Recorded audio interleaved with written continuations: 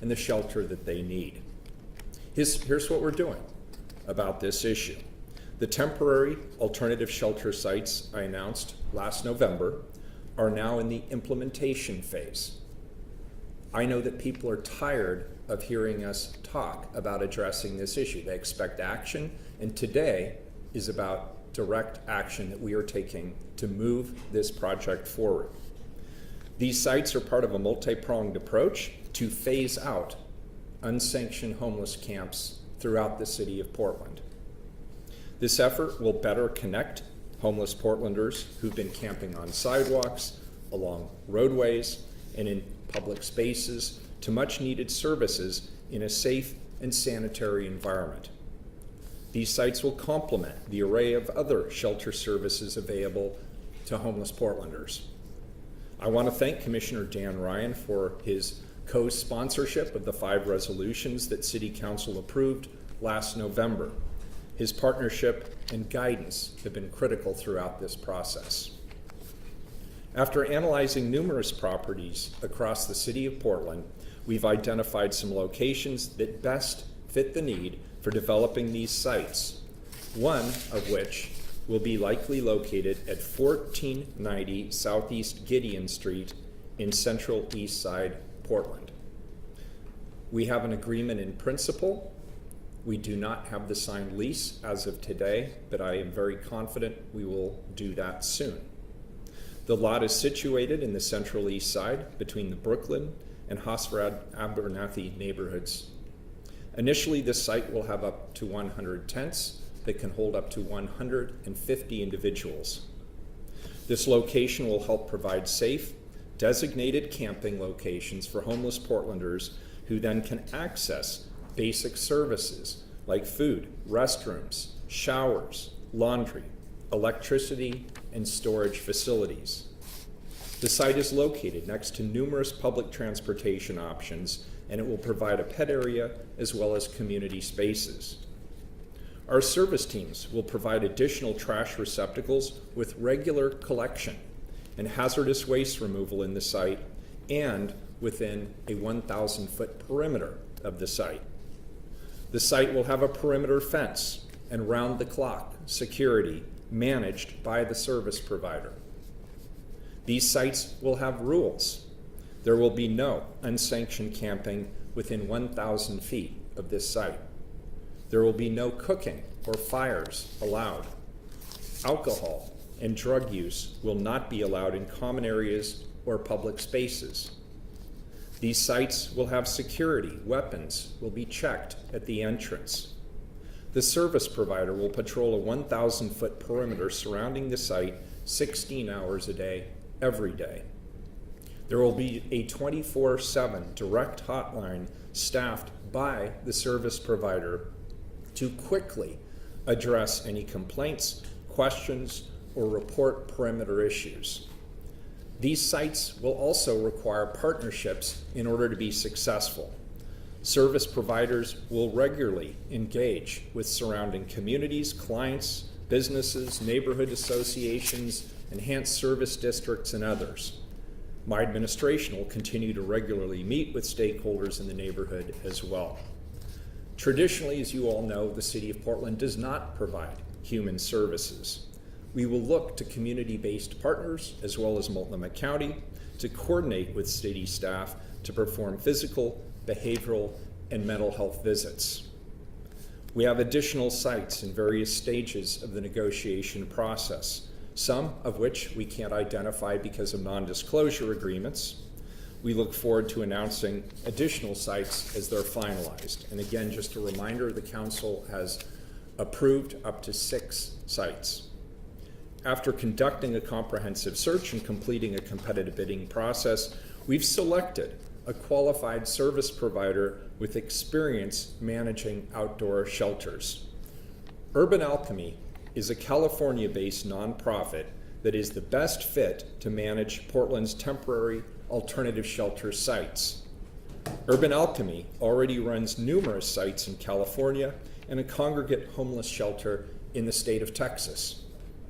My administration, myself, along with Commissioners Rubio, Commissioners Ryan, Staff members from Multnomah County and others have made trips down to Los Angeles and to San Francisco to review the sites that are currently managed by Urban Alchemy. And the feedback has been overwhelmingly positive. That was my own experience as well. Urban Alchemy will likely run more than one shelter site here in the city of Portland, and their headquarters will be based at the Southeast Gideon Street location that I've announced today, for which they are the assigned service provider. I'm grateful that Urban Alchemy is partnering with us on this vital project. I'm confident that this is the right team for the city of Portland. I'm now going to turn it over to Urban Alchemy shortly. They will provide an overview of operations and security protocols. My team and our partners have been thorough in developing this project because we want it to be as safe, collaborative, and thoughtful as possible. As Urban Alchemy continues to finalize their plans for the sites in Portland, my team has been working to make contact with stakeholders, residents, and business owners near the site. Many of those we've met have been supportive of the initiative, acknowledging that we're facing a humanitarian crisis best managed by trained professionals via designated camping sites. This is the humane approach.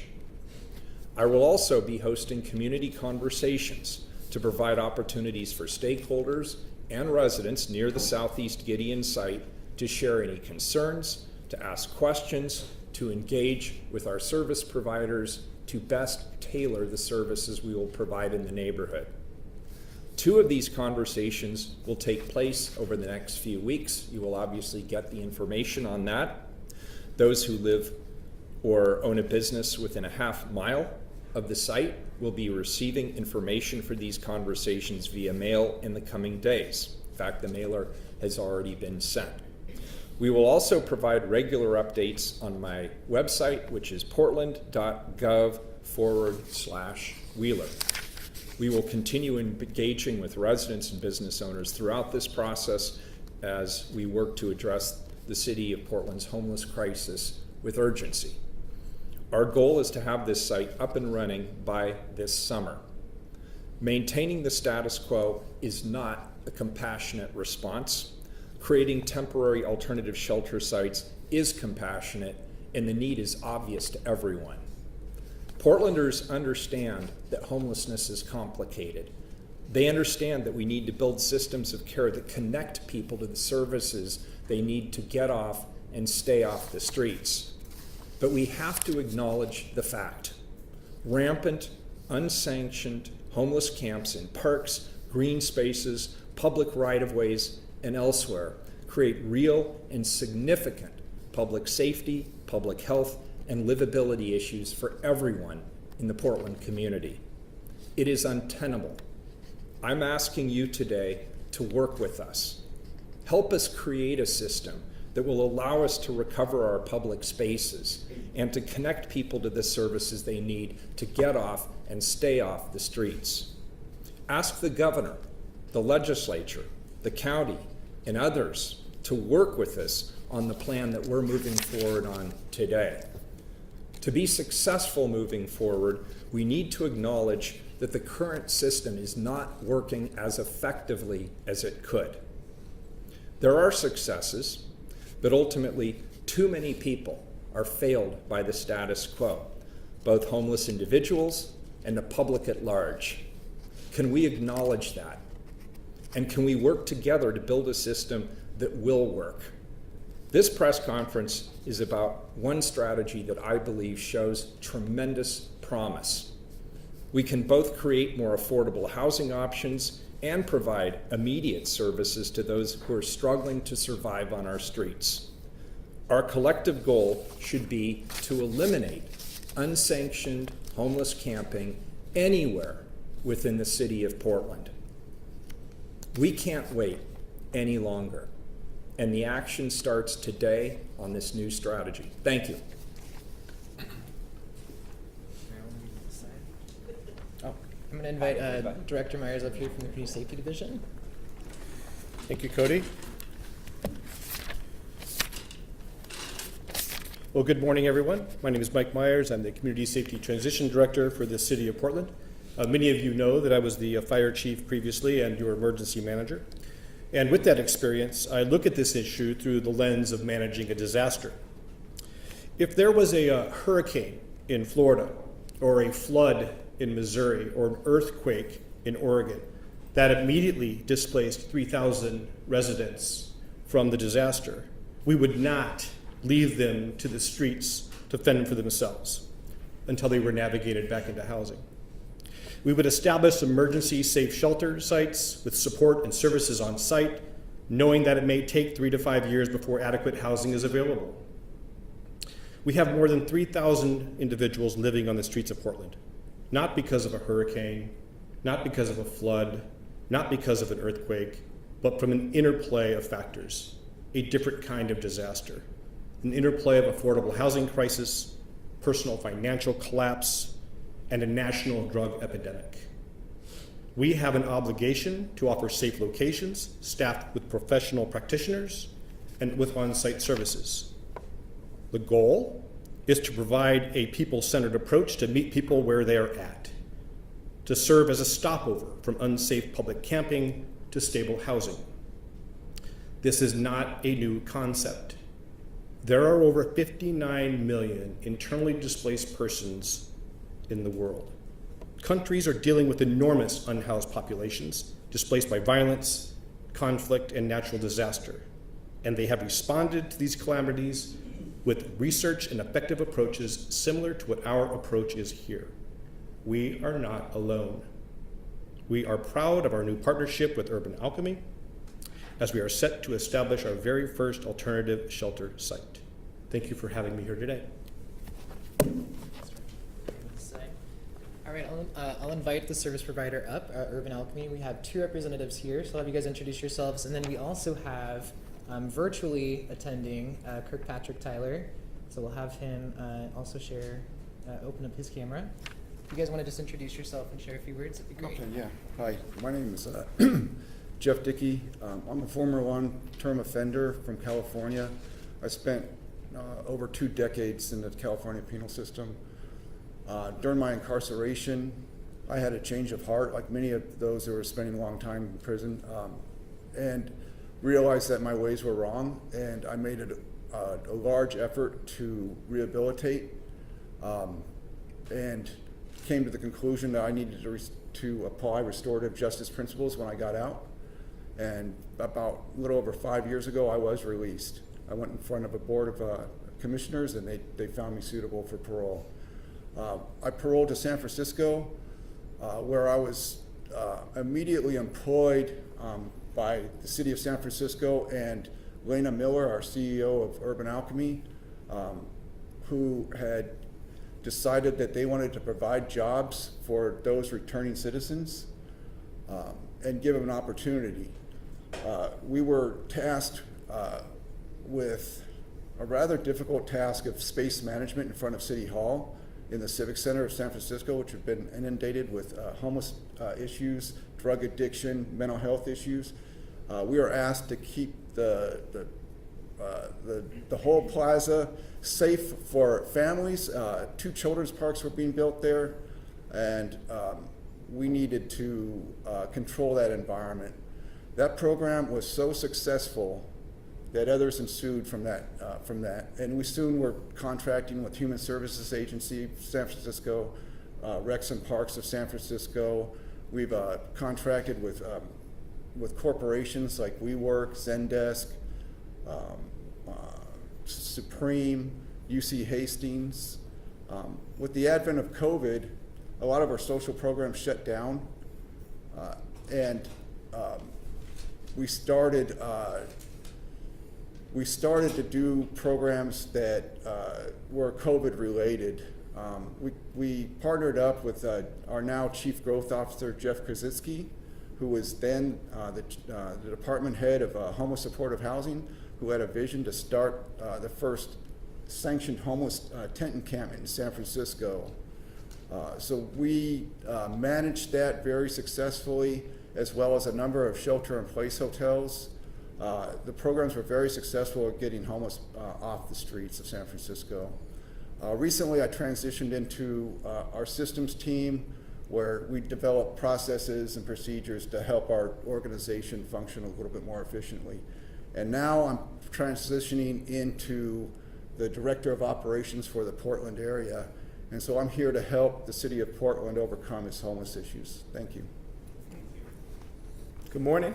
My name is Ian Clark Johnson. I'm a practitioner at Urban Alchemy, also a manager of contracts and reporting. Just want to say very grateful to be able to do this work at Portland. We've met some nice people, but more so we see an opportunity to help people, to create a transition space, to help people stabilize and decompress from the hypervigilant state that they experience on the streets. And so we're going to create this safe space by the person-centered engagement model.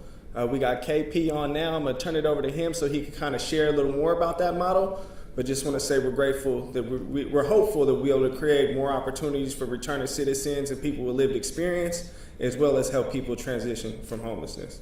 Thank you. KP? Thank you. Thank you. Appreciate it. Good morning, everybody. So glad to have the opportunity to greet everyone and to, more importantly, to be able to be a part of the awesome work in Portland to fighting and ending homelessness. We want to say thank you to Mayor Wheeler, to city leadership, as well as to the staff that's just been so welcoming and supportive of the work. I think the thoughtfulness and the intentionality of how we've gotten to this point is key to the fight to end homelessness. I want to be clear that safe sleeps are really groundbreaking in terms of an approach to ending homelessness. What we found in our work is that there are so many people that have been traumatized, that have experienced hardship, and that have had really bad experiences in some of our traditional shelters. And for a lot of people, what they found is some sense of independence in their tents, a sense of ownership in their tents. And so a safe sleep is really an introduction back into what it means to be a part of the community. And so we're excited about this work, primarily because we've seen the success that it's had in other markets. It has allowed people on their terms to choose an option. Again, to choose an option. So often we kind of try to show and tell unhoused residents what's best for them. Safe Sleeps allows an option that can be selected by residents to engage on their terms, not to be lorded over or parented by an organization or by a city, but to be welcomed indoors in an environment that will keep them safe, in an environment where they have people that are invested and engaged in their well-being and helping them to move forward into the next steps. It is a safe space. It is a healthy space. We have been showing pictures kind of throughout this time just to show what a site looks like. And we wanted to share those pictures because we know that oftentimes when people hear things like a safe sleep or a sanctioned encampment, that what they think is bedlam and chaos. But what we found is that when we create environments of healing, environments of trust, and environments that can gather people together, what people are able to do is get back to themselves.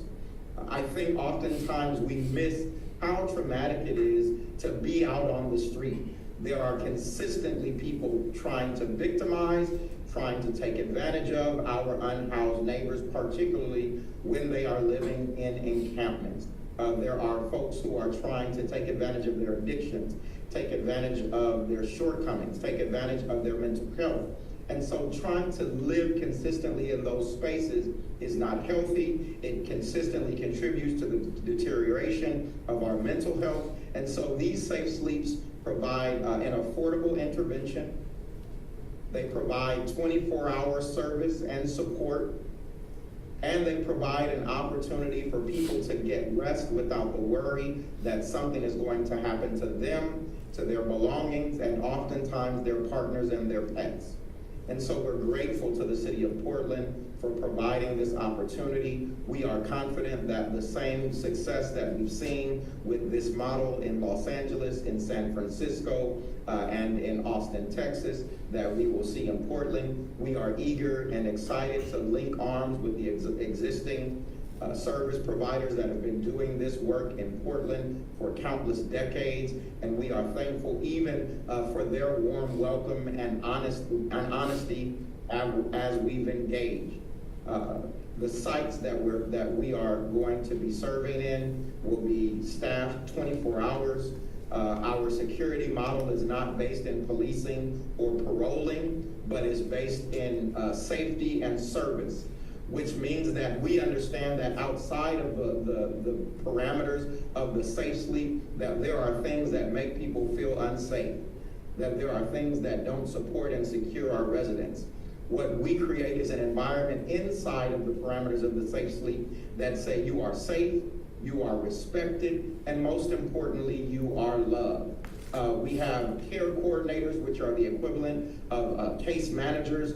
Those partners that are part of our practitioner staff, their primary role is to link with existing service providers that our residents may have already be receiving services through, to identify new opportunities to connect them to service and supports that will guide them on the pathway to establishing a permanent housing residence, and to help them to find a sense of peace and centeredness so that they can begin to heal and renew and reconnect to who it is that they are.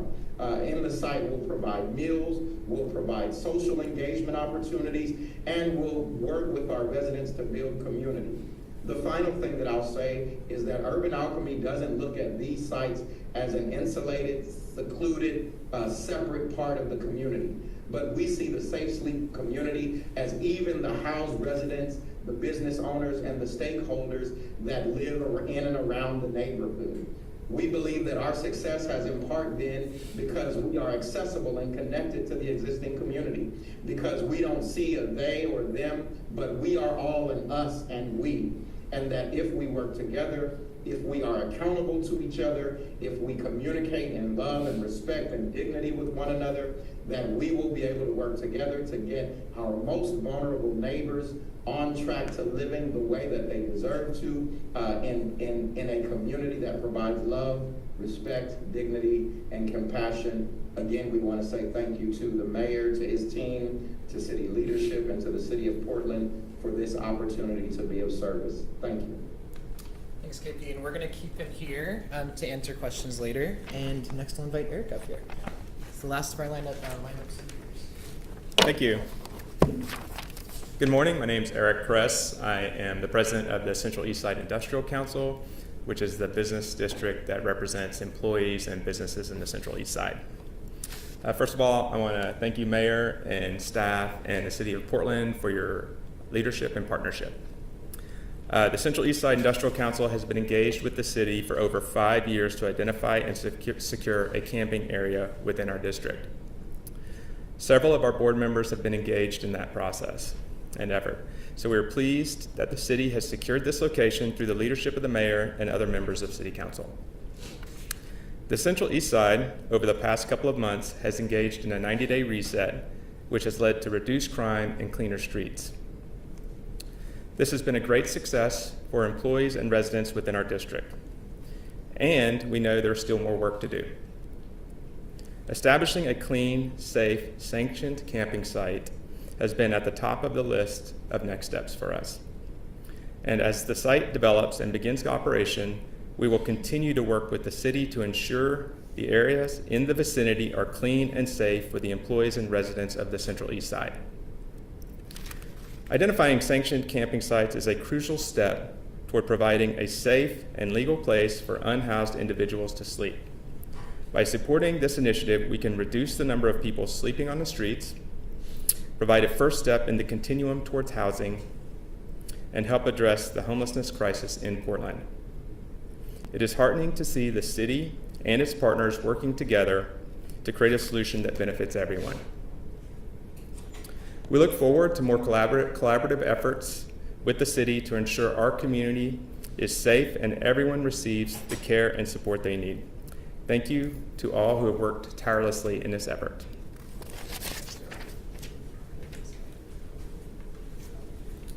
Thank you so much. All right, we'll move on to our Q&A portion. I'm also going to invite Sky up here. Skylar Brocker-Knapp is the mayor's director of homelessness, senior policy advisor on homelessness, but she can answer some technical questions as well. Feel free to direct your question to the person that you'd like to ask, and we just want to stay on topic to what we discussed today. If anybody has any questions, okay. Nicole? And who is it directed to?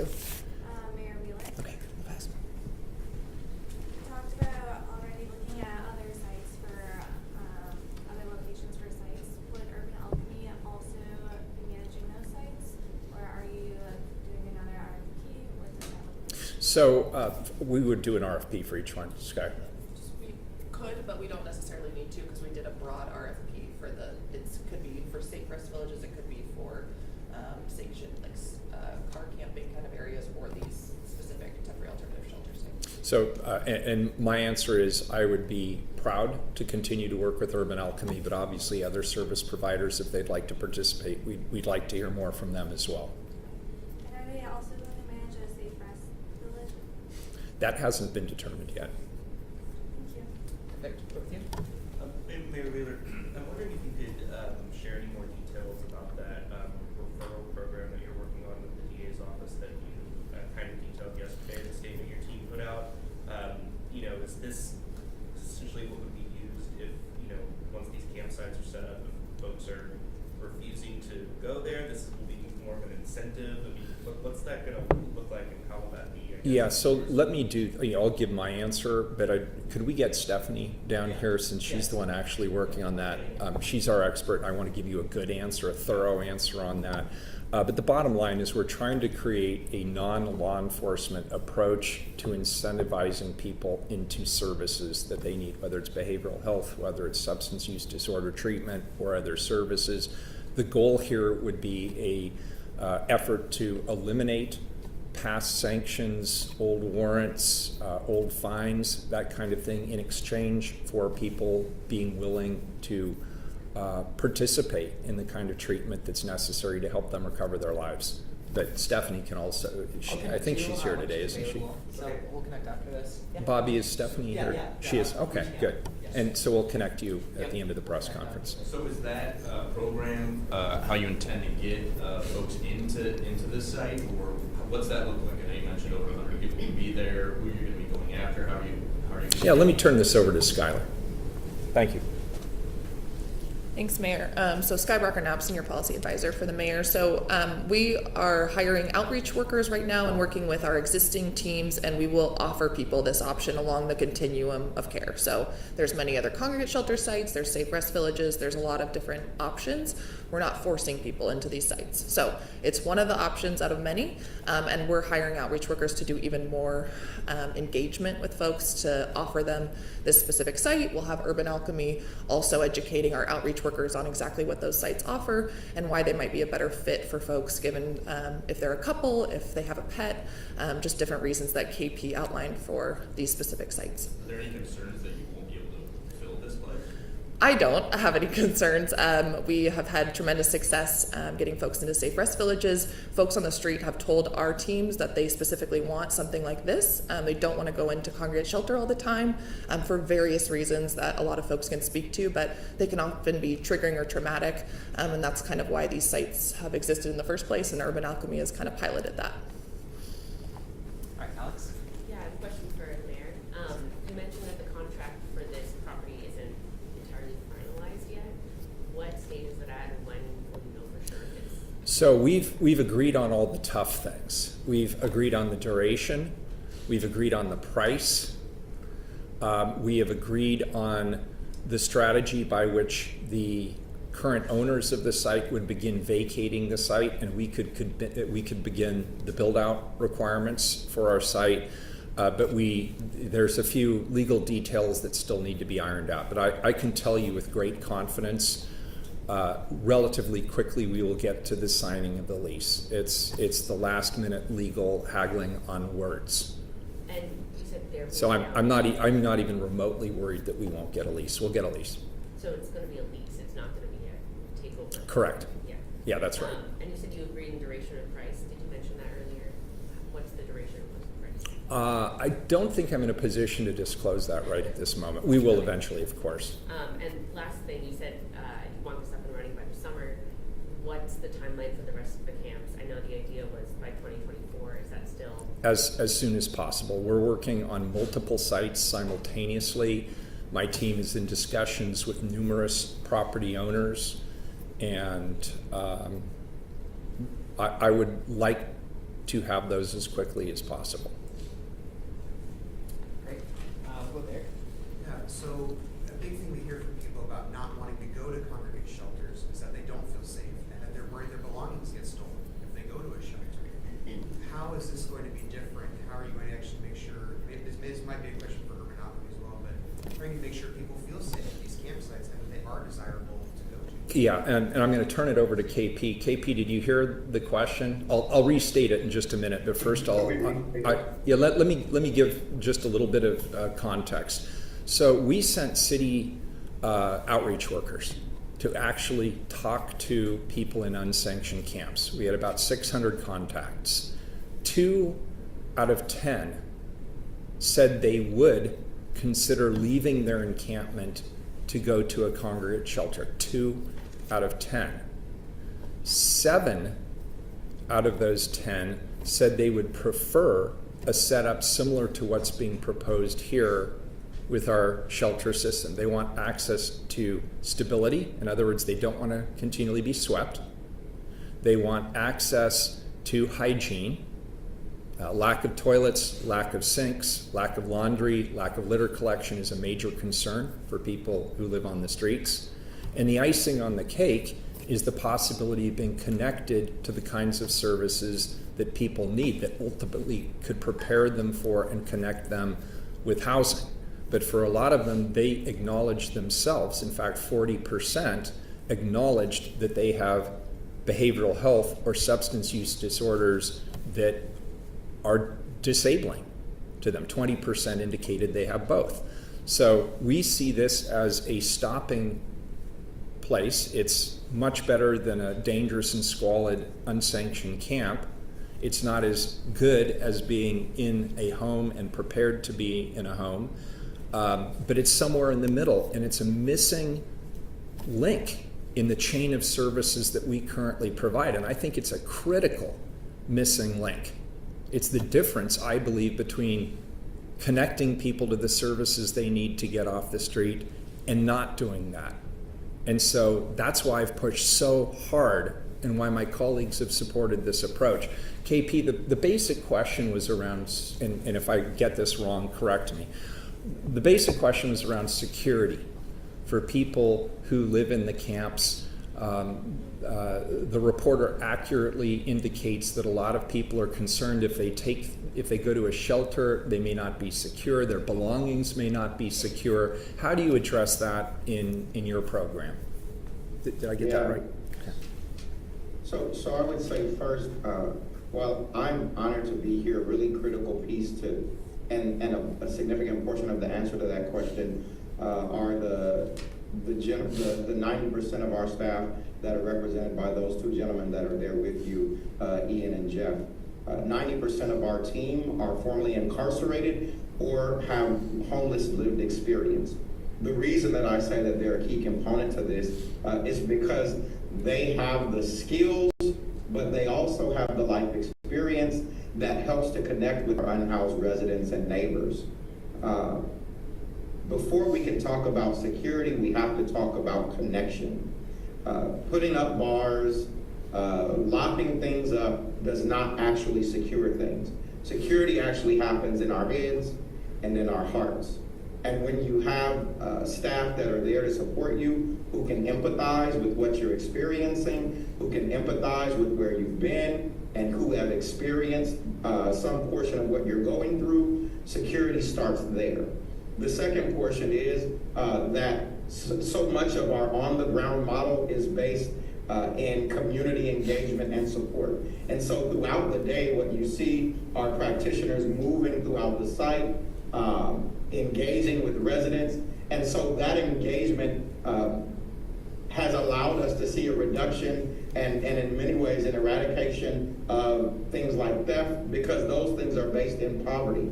Those are mindsets that are encouraged by the environment. Again, when you come into a safe sleep, not only are your things safe, but the environment is safe. Lastly, I'll say that we do have common sense mechanisms to keep people's belongings safe, right? So we have storage containers that can be locked that are assigned to each resident. We have staff that are consistently engaging in wellness checks. We have areas that are designated for different things, and for residents' most valuable things inside of their tent, they also have a storage container that they can keep there with them. What we've learned on the ground and engaging with folks that are unhoused has taught us so much about why they have been what we call service resistant. It's often because those are services that are handed down to them rather than services that engage them. And what we found is that when we partner with our resident to understand what makes them feel safe, to understand what makes them feel safe about their belongings, we've been able to create systems that are built on dignity, trust, integrity, and respect. And while I know that there are some people that will say, you know, maybe that's not enough, I would challenge us to look at how we who are normal or regular live. We're not governed by a bunch of rules, locks, and fences. We live in a community and we live in environments where we love, respect, and can see one another. And so with some common sense resources, common sense supports, and a supportive environment, that's how we've been able to get folks to agree to come to our sites. That's also how we've been able to keep a significantly low amount of challenges around theft and keeping people and their belongings safe. Great. Somebody that hasn't asked, we'll go to Liz first. This is for the mayor. So you said that no weapons would be allowed in these shelters. You also said that no open drug use would be allowed. How would that enforcement work, and do you plan on having added police patrols around this encampment? The answer to the last question is no. KP, why don't you take the first part of it? Did you hear it? Yeah, I heard Okay, it. I'll take a portion of it, and I actually, again, I'll ask Ian to hop in on this one as well. What I'll say very briefly is we actually don't use the language of security. What we use is safety and service. When we talk about why people garner weapons on the street, again, it's because they feel unsafe on the street. We just in Austin, Texas, operate the largest men's shelter in the downtown area. When we got there, they had a bag scanner, a metal detector, and armed guards. That was not keeping that place safe. We removed the metal detector, we removed the baggage scanner, we replaced armed guards with practitioners who are trained and equipped with de-escalation skills, as well as love, compassion, and respect. When a resident comes in, we explain to them that we have an honor system. We ask their permission to be able to search their bags. 99.999% of residents agree to that search. Those who don't, we invite them to come back when they're willing to participate in the, kind of the practices of that community. If they have weapons, we simply ask that they turn them over. We store them away in a secure place that is manned by practitioners. When they leave, we turn it over because we don't have any control over what may happen to them out in the street. And then we work with them to create a safe environment. So if there's something inside of the site that still makes them feel unsafe, that our teams work to support them through that. And I would invite Ian to talk a little more about this part of the model. Yes, and a big part of it is just staying trauma informed. For us, again, we talk about it's not us and them, it's just us. And so when a guest has come in, we have community guidelines and some community expectations that our care coordinators kind of go over and share with them and get a consent. And then we call it negotiating. We just start having conversations and build relationships. And what KP talked about is really planting the seed to build that trust. And what we found is a high level of success in staying trauma informed, because a lot of folks who are experiencing homelessness have also experienced institutionalization of being incarcerated, and we don't want it to feel like that. We want this to feel unlike an institution. A big part of that is establishing trust, establishing autonomy, but also through conversations and patience and, just leveraging community, we're able to negotiate those things successfully. Did that? That's great. Yeah, for the mayor, I'm wondering if there is an expectation of how long people will be staying at the camps, or if there is a limit on how long they're able to stay in the camps? There's no limit. No limit. So is there any expectation that people would be, if they're being connected to services, they would be moving out? So, yes, the whole point of this is to connect people to certain, I don't view these as a permanent living solution for anyone. And I understand that it will take time and patience for people to be able to connect to those services and then have those services be successful. But ultimately, my goal is for all of these individuals at their pace to move off the streets. That's the goal. It's to end homelessness from my perspective. Now, what the service providers are doing is specific to managing the encampment. But I have broader goals, and this is one part of achieving those broader goals. Ultimately, I expect them to go on with their lives. I mean, as you've heard from the service providers, and the reason I want them to talk more and me to talk less, it's really about redemption. I don't know, KP, if you have anything to add to that.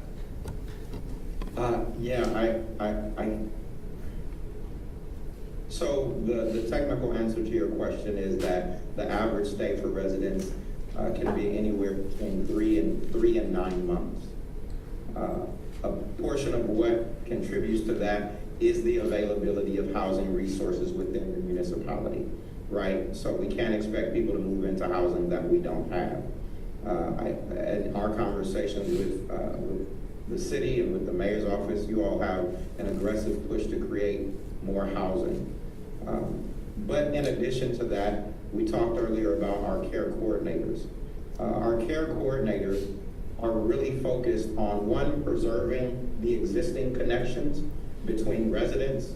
The reason that that's important is because when folks live in encampments, oftentimes it's very difficult for their case managers and other supports to stay engaged because their phones might get cut off. They may be moved by a sweep. Their tents may be burned. They may be being threatened by somebody in that environment. And so the stability that is necessary to get folks moved forward just doesn't exist when people are living on their own in the street.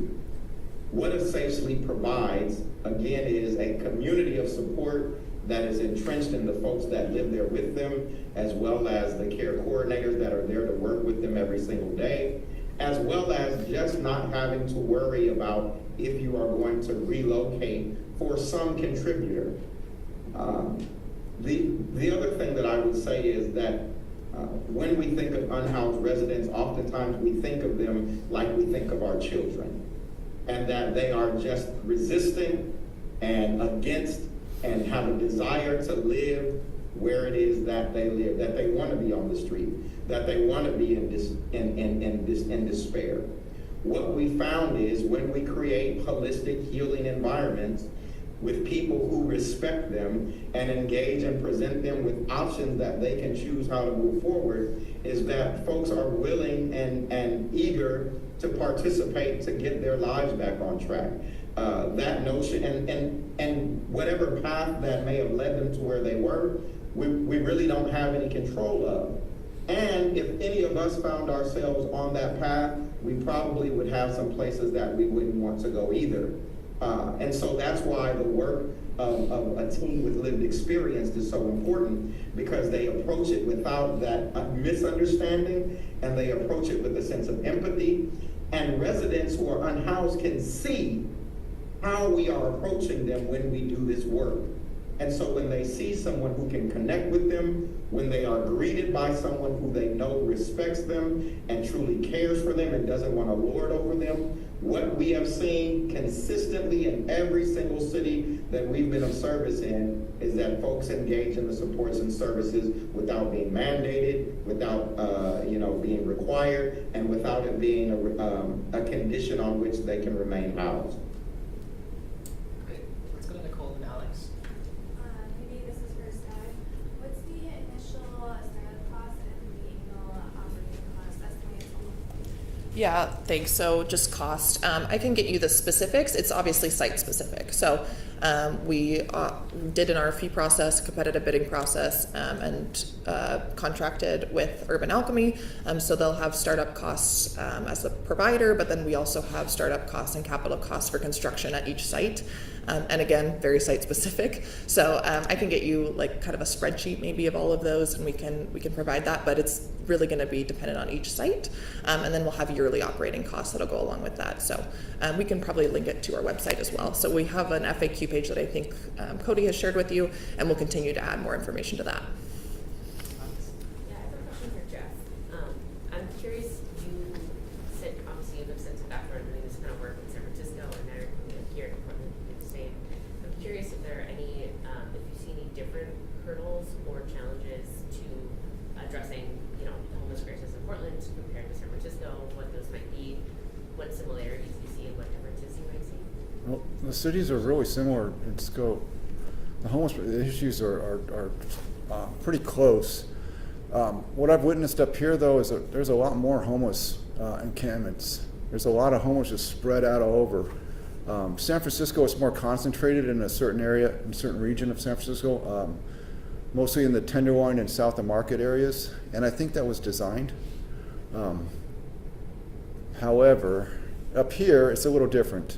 So the dynamic's different. We're going to have to pull people from all different regions of Portland to get them in these villages, which, is a task for the outreach teams. But other than that, it's pretty similar. KP, do you have anything that you wanted to jump in on? We're good? Yeah, I would add probably the most interesting conversation around differences has been how we address the issues around weather, right? In California, I don't know. I feel like maybe the last couple of weeks we could have probably given Portland a run for your money with the weather we've been having in Los Angeles. But in terms of the cold weather, we have really been looking. We've had the opportunity to speak with some of the service providers that have been engaged in this work, but also a part of, because again, our model is so based in resident engagement, we've also began speaking with folks who have lived experience.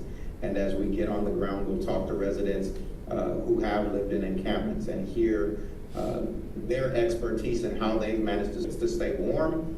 And then we will add our resources and technology to be able to turn the methods that they've used into a sustainable resource to keep our residents warm in cold weather. What we do have in terms of experience in Los Angeles, we operate what are called climate stations.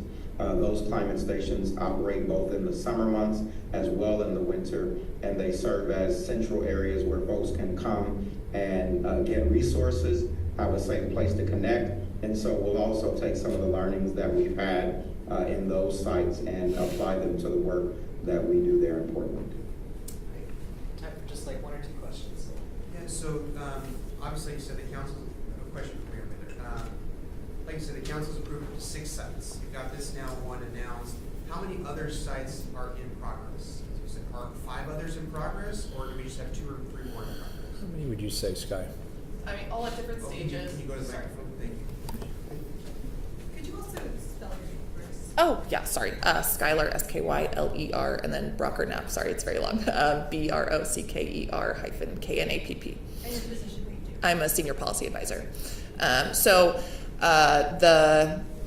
We have, various stages. I would say 2 more sites that are closer stages, and then obviously we have an acquisition team and a broker that are looking at sites all around the city. We also have public land, so we also have tasked a director's cabinet at the City of Portland, folks who have worked at the city for a long time and in different positions who have expertise on what sites would be better for this kind of shelter. So we've given them kind of specifics on what would be best, and they've provided us with lists and different sites as they come up. So I've looked at probably 25 different sites, and they're all, some didn't work for different reasons. And then we'll also check with the provider and Urban Alchemy to see which sites kind of would be best. So I would say probably 2 to 4 that are close, further along in the process, and we've actually done a lot of that due diligence, and then others that we're going to be doing further due diligence on. Yeah. All right, are we all set? Oh, yeah, good point. Good call. So the council committed $27 million. That was to fund 3 sites, and we're calling on the county to work with us to fund 3 additional sites. So the county still hasn't committed that. We're still in meetings with the governor as well as the county chair. Great. Legislature. All right, well, let's close it there. Thank you guys so much for joining us today, and thank you all for being here. If you guys have any follow-up, reach out to my email, and then we can also connect you guys with Urban Alchemy that way too. So if you guys have any questions, we'll work closely with KP. Thanks, KP, for joining us virtually. All right, and that's it. Yeah, thank you so much. Thank you, everyone. Yeah, appreciate it.